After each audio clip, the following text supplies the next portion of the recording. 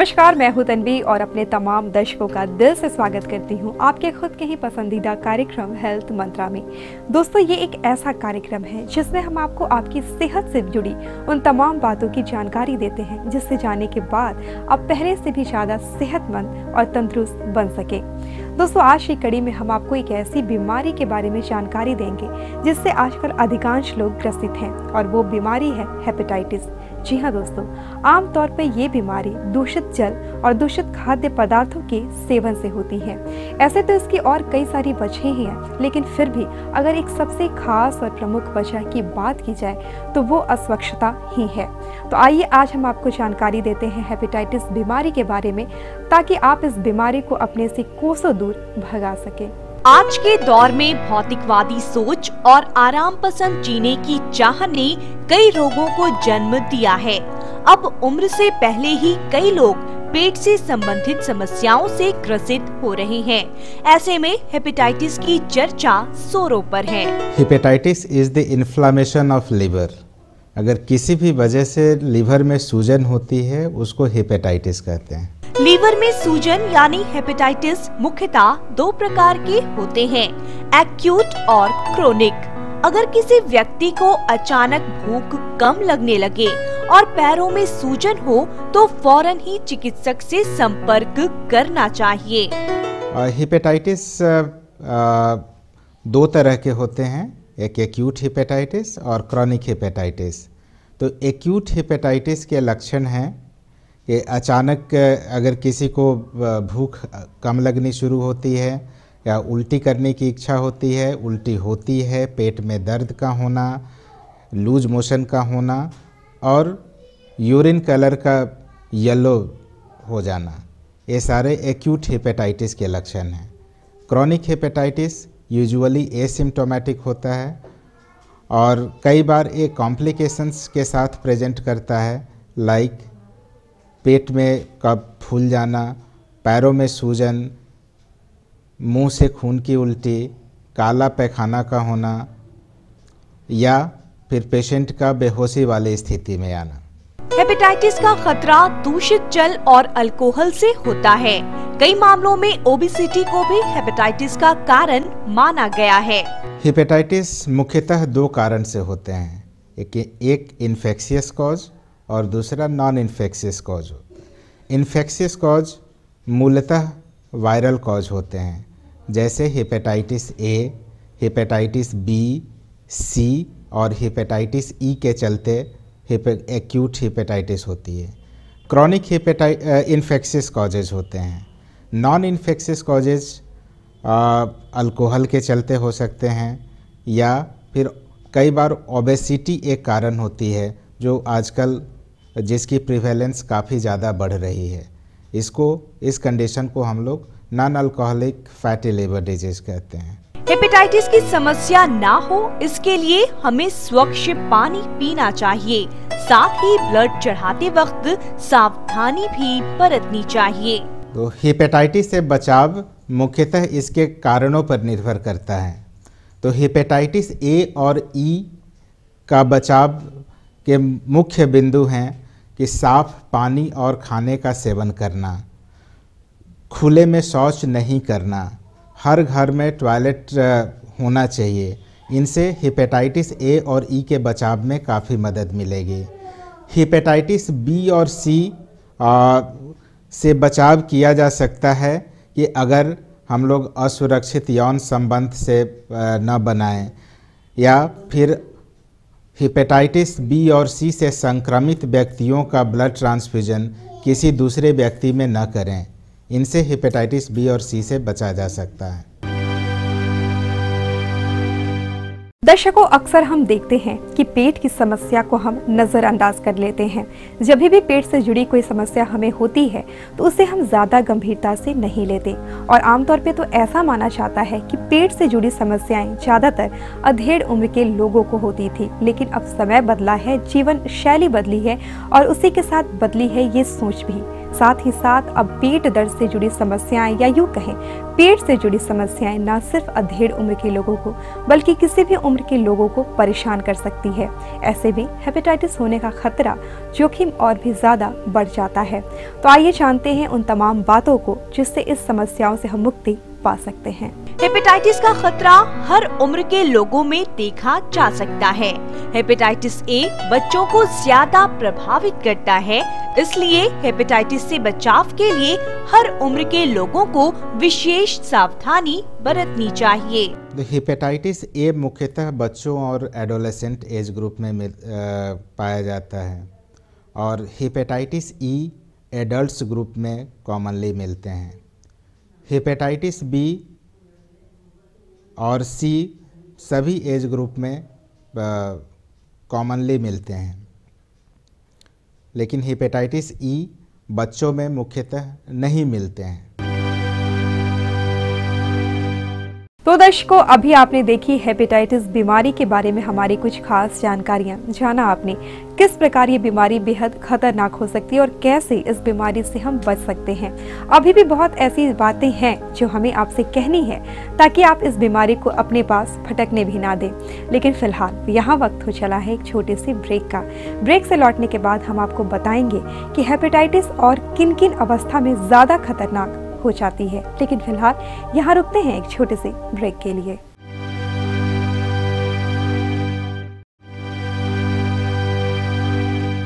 Break के बाद एक बार फिर से मेरे सभी दर्शकों का बहुत बहुत स्वागत हेल्थ मंत्रा में। और आज हम बात कर रहे हैं हेपेटाइटिस बीमारी के बारे में। दोस्तों, हेपेटाइटिस एक ऐसी बीमारी है जो गर्भावस्था के दौरान और भी ज़्यादा बुरा प्रभाव दिखा सकती है। कह सकते हैं इस अवस्था से गुजरने वाली महिलाओं पे ये आसानी से अपनी पकड़ बना सकती है, बशर्ते कि हम पहले से ही सतर्क और सचेत ना रहें तो। इसलिए दर्शकों, हम आपको बताते चले कि किसी भी मौसम में किसी भी प्रकार की समस्या होने पर आप पहले से ही सतर्कता और सावधानी रखें। खासतौर पर अगर हम बात करें बारिश के दिनों की, तो बारिश के दिनों में भी हेपेटाइटिस के मरीजों की संख्या में लगातार इजाफा होता जाता है। तो आइए हम जानते हैं कि आखिर क्यों इस प्रकार के मौसम में इन बीमारियों की तादाद बढ़ जाती है और साथ ही साथ किस प्रकार के एहतियात बरतें ताकि इन बीमारियों को हम अपने से दूर भगा सके। और हम आपको बताएंगे इसके साथ ही कि आखिर क्या है क्रोनिक हेपेटाइटिस। गर्भावस्था का दौर सबसे नाजुक पल माना जाता है। ऐसे में गर्भवती महिलाओं को नियमित चेकअप करवाना चाहिए। गर्भावस्था के दौरान भी हेपेटाइटिस का खतरा हो सकता है। ऐसे में विशेष सावधानी रखनी चाहिए ताकि जच्चे और बच्चे का भविष्य सुरक्षित रखा जा सके। मुख्यतः दो तरह के हेपेटाइटिस हैं जिनसे प्रेग्नेंट महिलाओं को सावधान रहने की ज़रूरत है। द हेपेटाइटिस ई का खतरा प्रेग्नेंट वुमेन में जानलेवा साबित हो सकता है। नॉन प्रेग्नेंट वुमेन में फल्मिनेंट हेपेटिक फेल्योर होने के चांसेस जहां 1 से 2% तक हैं, वहीं प्रेग्नेंट वुमेन में इसकी इंसिडेंस 10 to 20% तक पहुंच जाती है। वहीं हेपेटाइटिस बी से अगर प्रेग्नेंट वुमेन ग्रसित हैं तो इससे भी उनमें फल्मिनेंट हेपेटिक फेल्योर होने के चांसेस ज़्यादा हैं और हेपेटाइटिस बी के वायरस बच्चों में संक्रमित होने का खतरा इससे काफ़ी ज़्यादा होता है अगर गर्भवती महिलाएं हेपेटाइटिस बी से पीड़ित हैं तो। जो हेपेटाइटिस ए और ई के बच्चों में संक्रमित होने का खतरा नहीं के बराबर है अगर प्रेग्नेंट वुमेन हेपेटाइटिस ए और ई से ग्रसित हैं तो। लेकिन हेपेटाइटिस बी से अगर प्रेग्नेंट वुमेन पीड़ित हैं तो उससे उनके बच्चों में संक्रमित होने का खतरा ज़्यादा रहता है। ये डिपेंड करता है कि हेपेटाइटिस बी का टाइप क्या है, उसकी सेवेरिटी क्या है और प्रेग्नेंट वुमेन के शरीर में हेपेटाइटिस बी का नंबर क्या है।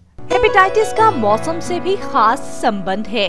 खासकर बारिश के मौसम में दूषित खान-पान और जल का ज्यादा डर बना रहता है। ऐसे में बचाव ही एकमात्र विकल्प है। जो मुख्यतः हेपेटाइटिस ए और ई बरसात के मौसम में ज़्यादातर इसके पेशेंट मिलते हैं जब साफ़ पानी की समस्या ज़्यादा होती है, इसी समय पेशेंट खुले में शौच करने की प्रवृत्ति ज़्यादा होती है कई सारे कारणों से। अन्य मौसम की अपेक्षा बरसात के मौसम में हेपेटाइटिस ए और ई होने की संभावना ज़्यादा है, लेकिन ये दूसरे मौसम में भी मिल सकते हैं। आज के दौर में भारत में अल्कोहल सेवन की मात्रा काफी बढ़ी है। ऐसे में अन्य रोगों के साथ साथ हेपेटाइटिस का भी खतरा बढ़ता जा रहा है। ऐसे में अल्कोहल से जितनी दूरी बनी रहे अच्छा है। जो जैसे जैसे समाज में अल्कोहल के लेने वालों की संख्या बढ़ रही है, उसी तरह से अल्कोहल जनित लीवर रिलेटेड प्रॉब्लम्स की संख्या भी बढ़ रही है। और अल्कोहल एक इम्पॉर्टेंट कारण आजकल हेपेटाइटिस का होते जा रहा है। कई मरीजों में हेपेटाइटिस की वजह से कैंसर की भी समस्या दिखी है, जिसमें ज्यादातर मरीज हेपेटाइटिस बी और सी से ग्रसित पाए गए हैं। एक्यूट हेपेटाइटिस में कैंसर का खतरा नहीं होता है, लेकिन अगर हेपेटाइटिस क्रॉनिक हेपेटाइटिस हो तब उसमें कॉम्प्लिकेशंस के रूप में कैंसर के खतरे बढ़ सकते हैं। स्पेशली हेपेटाइटिस बी और सी से ग्रसित मनुष्य में कैंसर का खतरा समय के साथ बढ़ते जाता है। अगर किसी व्यक्ति को 6 माह से ज्यादा लीवर में सूजन की समस्या दिखे तो उन्हें ज्यादा सतर्क रहने की जरूरत है, क्योंकि चिकित्सा जगत में ये क्रोनिक हेपेटाइटिस के नाम से जाना जाता है। जब लीवर का सूजन या इन्फ्लामेशन अगर 6 महीने से ज़्यादा परसिस्ट करता है, तब वैसी स्थिति को हम लोग क्रॉनिक हेपेटाइटिस कहते हैं। तो हेपेटाइटिस बी, सी और अल्कोहल मुख्य कारण हैं जिसे कि क्रॉनिक हेपेटाइटिस का खतरा ज़्यादा रहता है।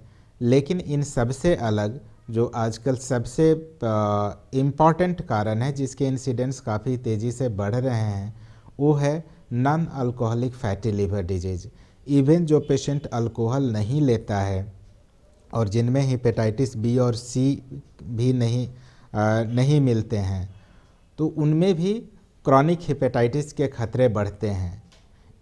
स्पेशली जो ओबीज पर्सन हैं, डायबिटिक पर्सन हैं, हाइपरटेंसिव पर्सन हैं, इनमें non alcoholic fatty liver disease के इंसिडेंस ज़्यादातर मिलते हैं। हमारे समाज में अब लोगों की सोच परंपरावादी ना होकर बाजारवादी होती जा रही है। अब हम हर काम में आराम ढूंढते हैं। ऐसी मानसिकता हमारी बन चुकी है कि काश हमारे पास एक ऐसा रिमोट हो कि बटन दाबते ही सारे काम हो जाए, और ऐसा काफ़ी कुछ हमने संभव भी कर लिया है।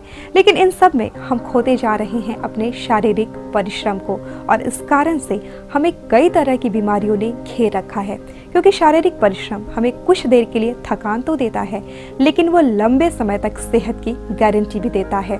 अगर हम बात करें अब के समय में भी गांव की, तो गांव के बुजुर्ग अभी भी इतनी मेहनत करते हैं जितनी शायद हम युवा भी ना कर पाए, और यही कारण है उनके चिर युवा और तंदुरुस्त होने का।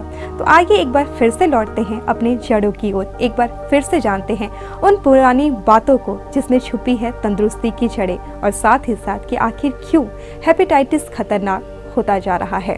खराब जीवन शैली, जिसमें ना ही दैनिक क्रियाएं संतुलित है और ना ही खान पान संतुलित हो, तो हेपेटाइटिस की समस्या हो सकती है। लाइफ स्टाइल एक बहुत इम्पॉर्टेंट कॉज है जिनसे hepatitis specially non alcoholic fatty liver disease के इंसिडेंट्स काफ़ी ज़्यादा बढ़ रहे हैं।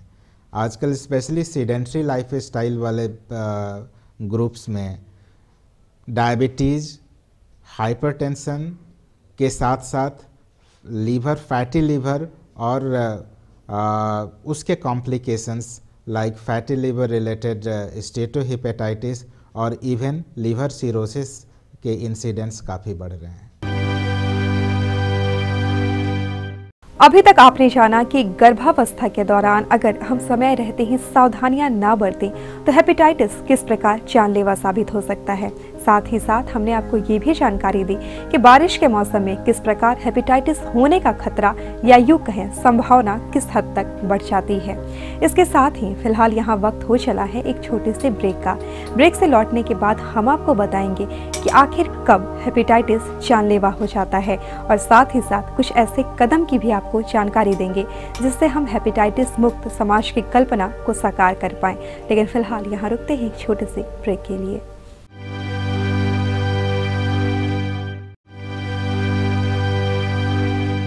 ब्रेक के बाद एक बार फिर से मेरे तमाम दर्शकों का बहुत बहुत स्वागत आपके खुद के पसंदीदा कार्यक्रम हेल्थ मंत्रा में। और आज हमारी बातचीत का विषय है हेपेटाइटिस बीमारी। दोस्तों, हेपेटाइटिस एक खतरनाक बीमारी है, लेकिन जहां बीमारियां हैं वहां बीमारियों से बचाव के तरीके हैं और वैक्सीन इसके लिए काफी कारगर कदम साबित हो सकता है।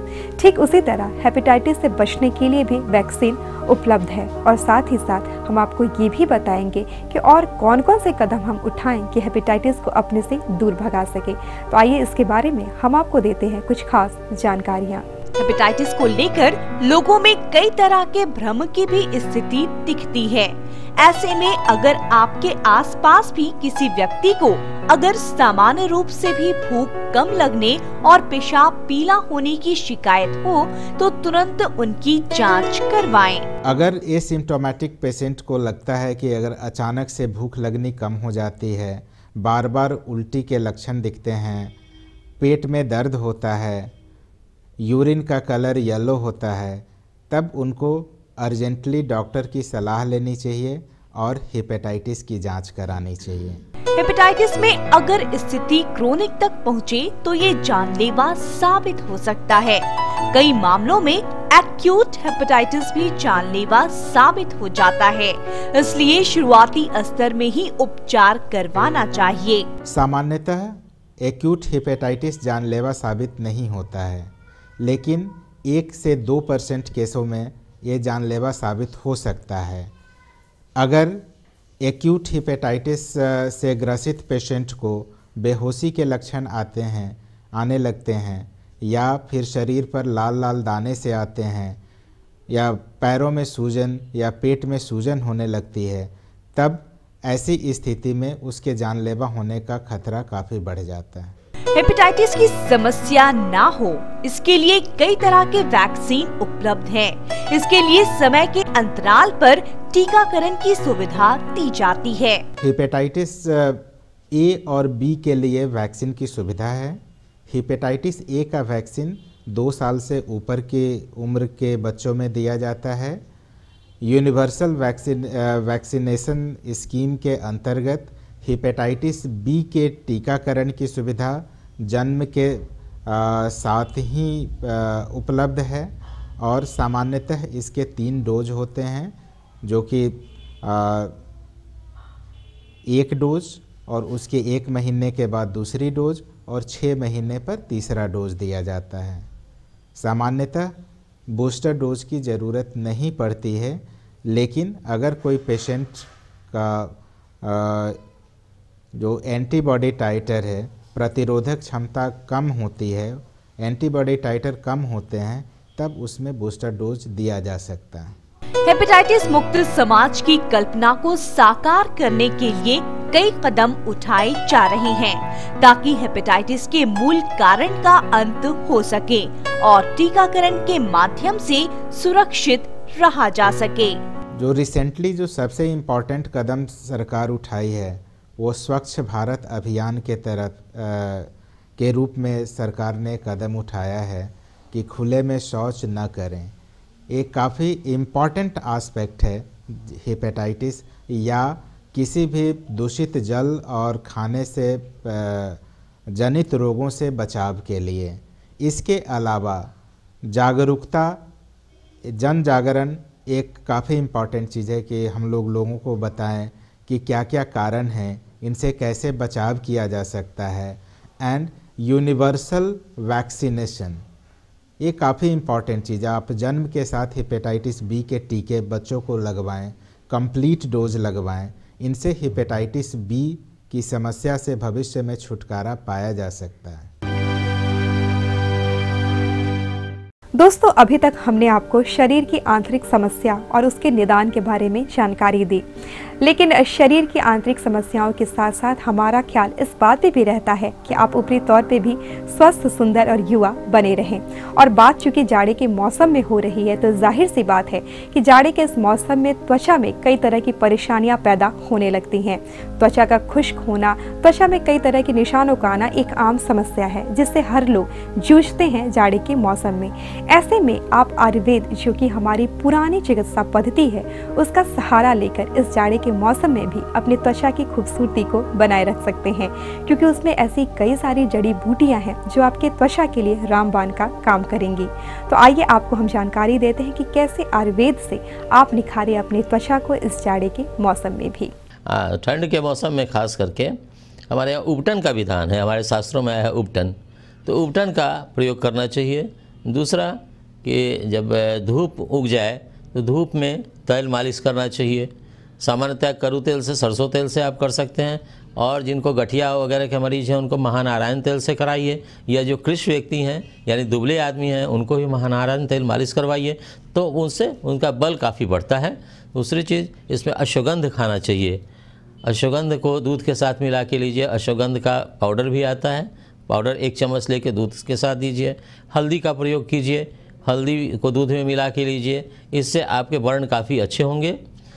इसमें इस ऋतु में पंचकर्म के पूर्व कर्म का उपयोग काफ़ी अच्छा होता है। पूर्व कर्म में स्नेहन और स्वेदन आता है, तो स्नेहन कराना चाहिए, यानी अभ्यंग, तेल मालिश, और स्वेदन एक सर्टेन बॉक्स होता है, उसमें हेड को छोड़ करके वाइटल ऑर्गन्स को बचाते हुए हम लोग हीट करते हैं एक सर्टेन टेम्परेचर पे, जो टॉलरेट कर सकता है आपका बॉडी, तो उसमें हीट करा करके और डिटॉक्सीफाई, जितना आपका रंध्र है, पोर्स है, उसको खोलते हैं हम लोग। उससे स्वीटिंग होता है, और स्वीटिंग होने के साथ साथ आपके शरीर में काफ़ी हल्कापन मालूम होगा। आपका वर्ण भी काफ़ी अच्छा होता है। इसके साथ ही अगरू, चंदन, इन सारी चीज़ों का प्रयोग करना चाहिए। तेल बदन में उसका प्रयोग करना चाहिए, लगाना चाहिए उसको। इससे काफ़ी आपका लावण्य काफ़ी, यानी आपके स्किन की सुंदरता काफ़ी अच्छी हो जाएगी, निखार आएगा आपकी त्वचा में। हेपेटाइटिस बीमारी एक खतरनाक गंभीर बीमारी, लेकिन समय रहते ही अगर थोड़ी सतर्कता, थोड़ी साफ सफाई, थोड़ी सूझबूझ के साथ हम इस बीमारी का सामना करें तो इस बीमारी को अपने से कोसों दूर भगा सकते हैं। आज की कड़ी में हमने आपको इसके बारे में ही ढेर सारी जानकारी दी, और साथ ही साथ ये भी बताने की कोशिश की कि शुरुआती स्तर से ही आप अपने आप को इस प्रकार से तैयार रखें कि ये बीमारी आपके पास फटक नहीं ना पाए। आज की कड़ी में बस इतना ही, लेकिन आपके सवालों, आपके सुझावों का हमें रहता है हमेशा बेसब्री से इंतजार। तो अपने सवाल या फिर अपने सुझाव हम तक भेजने के लिए फटाफट उठाएं कागज और कलम और नोट करें हमारा ईमेल आईडी। हमारा ईमेल आईडी है etbhealthmantra@gmail.com। आज की कड़ी में बस इतना ही। मिलते हैं अगले सप्ताह किसी और खास बीमारी और उसके उपचारों के साथ, लेकिन तब तक के लिए मैं तन्वी अपनी पूरी हेल्थ मंत्रा की टीम की तरफ से आपसे लेती हूँ इजाजत। नमस्कार।